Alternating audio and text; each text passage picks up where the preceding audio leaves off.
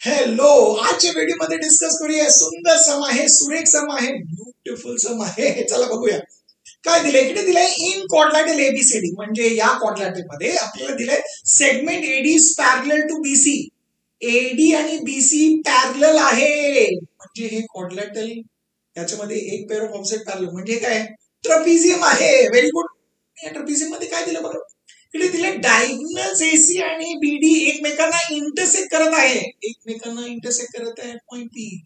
आणि मी नेहमी सांगितलंय, ओके, एका ट्रपिझियम मध्ये जेव्हा डायगोनल्स एकमेकांना इंटरसेक्ट करते म्हणजे आपल्याला माहित आहे की नेहमी तिकडे दोन ट्रायंगल्स जे आहेत ते आपण सिमिलर प्रूव्ह करतो. माहित आहे ना कोणते? एक आहे ट्रायंगल एपीडी आणि दुसरं आहे ट्रायंगल बीपीसी. आठवतंय की नाही? हे दोन्ही ट्रायंगल जे आहे ते आपण एकमेकांना सिमिलर समरूप दाखवतो.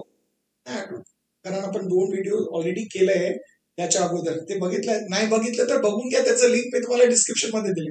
आणि हे ट्रायंगल्स आपण सिमिलर प्रूव्ह करू शकतो. कसं?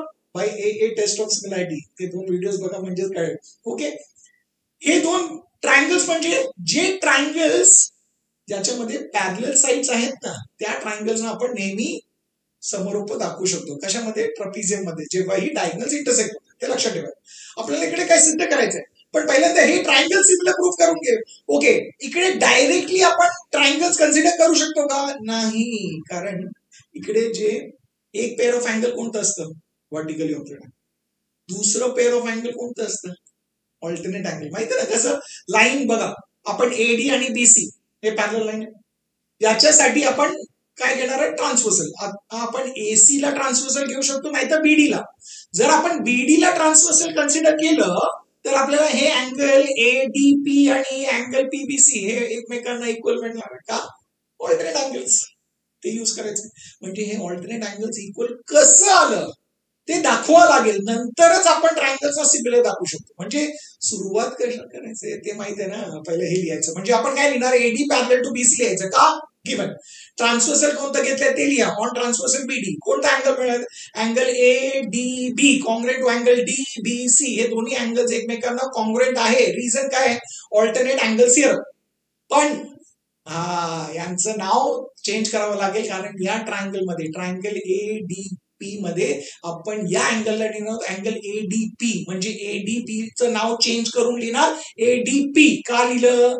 D dash P dash T. Same way DBC ला चेंज करून लिहिणार आहोत पीबीसी. दोघांचं रिझन एकच आहे. हे आहे रिझल्ट नंबर 1 आणि रिझन आहे बी डॅश पी डॅश टी. लिहिलं. आता ट्रायंगल कन्सिडर करा, म्हणजे लिहिणार in triangle APD and triangle BPC. लिहा. या दोन्ही ट्रायंगल मध्ये हे जे आले ते पहिल्यांदा लिहून घ्या. म्हणजे काय लिहिणार? Angle ADP congruent to angle PBC. हे लिहिलं फ्रॉम 1. हे झालं.